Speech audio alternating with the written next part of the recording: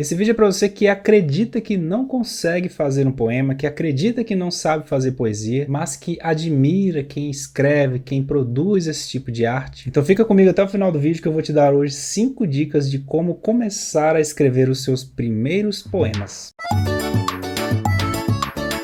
E aí meu povo, tudo bem com vocês? Professor Fagner aqui. Hoje é dia de falar de poesia. É comum nas minhas aulas de literatura muitos alunos verem alguns poemas famosos, bonitos, poemas belíssimos que grandes poetas brasileiros conseguiram produzir, e esses alunos, assim como muitas outras pessoas também, talvez seja o seu caso, acreditam que não conseguem fazer um poema, acham que isso é difícil. Então se você chegou nesse vídeo, tem vontade de começar a escrever poemas, versos, eu separei 5 dicas introdutórias, são 5 dicas básicas para quem quer começar a se aventurar na arte de fazer poemas, versos, estrofes, rimas. Não é difícil, então vamos à primeira dica que eu trouxe aqui para vocês. Em primeiro lugar, se você quer começar a escrever poemas, você precisa ler poemas. Você costuma ler poesia? Costuma ler poemas de outros autores? Para produzir poesia, você tem que consumir poesia. Caso você queira conhecer a poesia brasileira desde o início, a minha indicação aqui é Gregório de Matos, considerado o primeiro poeta brasileiro. Era um virtuoso da poesia, sabia fazer rimas, versos e estrofes de uma maneira impecável. O único porém que você pode encontrar aqui é que a linguagem nos poemas de Gregório de Matos é uma linguagem bem antiga, né, com palavras bem difíceis de ler, de interpretar, mas nada de outro mundo, então vale a pena você conhecer o trabalho do Gregório. Mas se você não quiser voltar tanto no tempo e já quiser acompanhar uma poesia mais nova, mais moderna, a minha indicação é com certeza Carlos Drummond de Andrade e Cecília Meirelles, dois grandes autores consagrados da poesia brasileira, que não são difíceis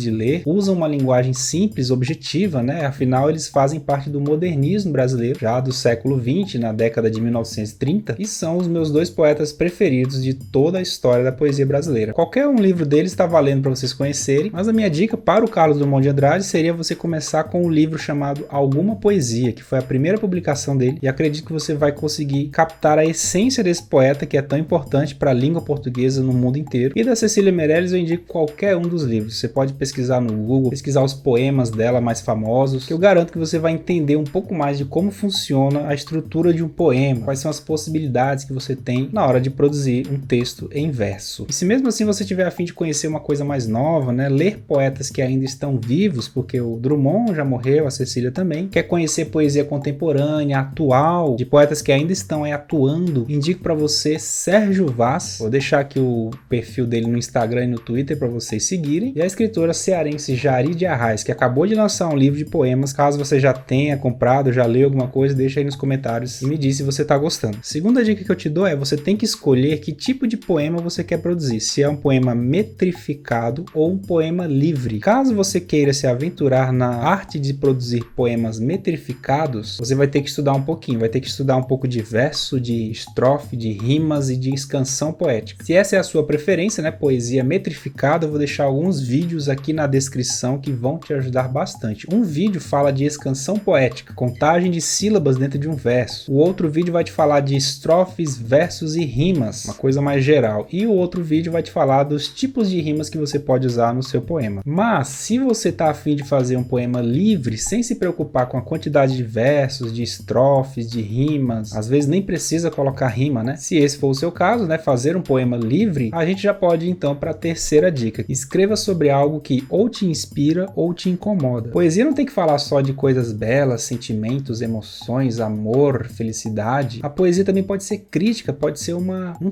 tapa na cara da sociedade, pode ser muito forte, pesada, não tem problema. É o caso da poesia de Sérgio Vaz, que é extremamente crítica, dura. Então essa é uma escolha que você vai fazer que normalmente vai guiar o seu estilo de poesia. Poesia sobre coisas belas, amor, sentimentos e emoções, uma coisa mais lírica, né? Ou se você decidir ir para o outro lado, falar de uma coisa que te incomoda, vai guiar também o seu estilo de poesia. Falar de sociedade, política, criticar as coisas. É uma decisão que cabe a você como poeta. Então agora que você já sabe que precisa ler poesia, decidir se quer fazer um poema metrificado ou livre, escolher se vai escrever algo que te inspira ou que te incomoda, o próximo passo agora, a próxima dica é a seguinte: você precisa se divertir enquanto escreve. As palavras servem como pecinhas de Lego e você vai montar a coisa que você quiser com elas. Não se preocupe com a lógica, simplesmente escreva. Vem uma frase na cabeça, escreve essa frase. Se essa frase tiver muito lógica, muito direta, muito sem brilho, tente modificar essa frase até que ela fique atraente no sentido artístico, né? Quebre a lógica dessa frase sem tirar o sentido lá no fundo. Em vez de falar a vida é complicada, troca o adjetivo complicada por um substantivo. A vida é um jogo. Já ficou melhor, você colocou aqui uma figura de linguagem que no fundo vai te dizer que a vida é tão complicada quanto um jogo de... Aí você escolhe o jogo que você quer e coloca o nome do jogo lá, inclusive no poema, não tem problema. Tem a liberdade de trocar adjetivos por substantivos, usar metáforas, outras figuras de linguagem, inclusive você deve estudar profundamente figuras de linguagem. Use e abuse das figuras de linguagem. Vou deixar uma aula aqui também sobre figuras de linguagem, caso você queira se aprofundar mais nesse assunto. Aprenda a usar todas as figuras de linguagem a favor do seu poema, do seu texto. No poema não precisa ter lógica nenhuma, basta ter um mínimo de sentido, uma sementezinha lá dentro que faça o leitor buscar um significado muito profundo, e é nisso que consiste a poesia, nessa brincadeira de ir buscar, cavar o sentido dentro do texto. E dessa forma, muitas pessoas podem entender uma coisa, outras pessoas podem entender outra, e tá tudo certo. A poesia permite essa interpretação aberta. Então é isso, brinque, se divirta com as palavras e quebre a lógica das frases que são muito diretas. Antes de ir para a próxima e última dica, vamos ver alguns exemplos aqui de poesias que fazem esse tipo de brincadeira. Vejam este exemplo de Carlos Drummond de Andrade, o poema Amar. Que pode uma criatura senão entre criaturas amar? Amar e esquecer, amar e mal amar. Olha só, você pode criar palavras, invente palavras novas da sua cabeça. Na poesia isso é permitido, só não é permitido lá na redação do Enem. Mas num poema, numa brincadeira, numa expressão artística como é a poesia, você pode inventar palavras, pode criar palavras novas e tá tudo certo. Amar, desamar, amar, sempre até de olhos vidrados amar. Olha só quantas perguntas, quantos questionamentos. Eu posso fazer esse tanto de pergunta no meu poema? Claro que pode. Poesia é questionamento, é provocação. Provoque o seu leitor, questione-o no seu texto. Vejam esse verso aqui, pessoal. Amar a nossa falta mesma de amor. Temos duas ideias opostas. Como que eu posso amar a falta de amor? Isso aqui é uma grande brincadeira que ele faz com as palavras. É um jogo de palavras. É uma figura de linguagem de oposição. Você pode escolher entre várias, a antítese e o paradoxo, entre outras. Agora um exemplo de Cecília Meirelles. Vejam só. Foram montanhas? Foram mares? Foram os números? Não sei. Por muitas coisas singulares não te encontrei. Aqui ela já usa a rima a favor do poema, né? Mares singulares, não sei, encontrei. Temos questões também aqui, temos provocações, perguntas, e ela nos leva a visualizar montanhas, mares, números. É uma provocação, é uma procura por alguém. Agora olha essa estrofe da Cecília. Sou dançarina do arame, não tenho mão para a flor. Pergunto ao pensar no amor,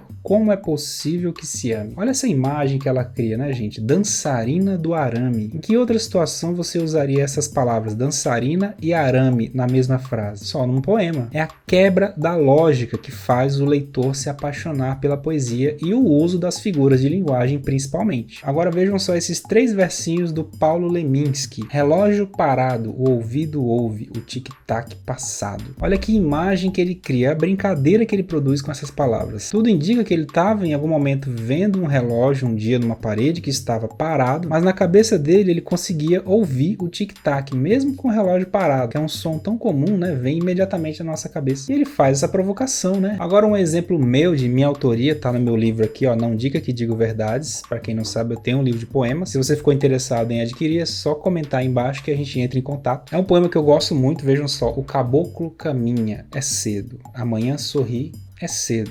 O milho é magro, é tarde. O chão é sedento, é tempo. A vida é líquida, é noite. O olho seca, é manhã. A fome é tanta, é amanhã. O fogo batiza, é hoje.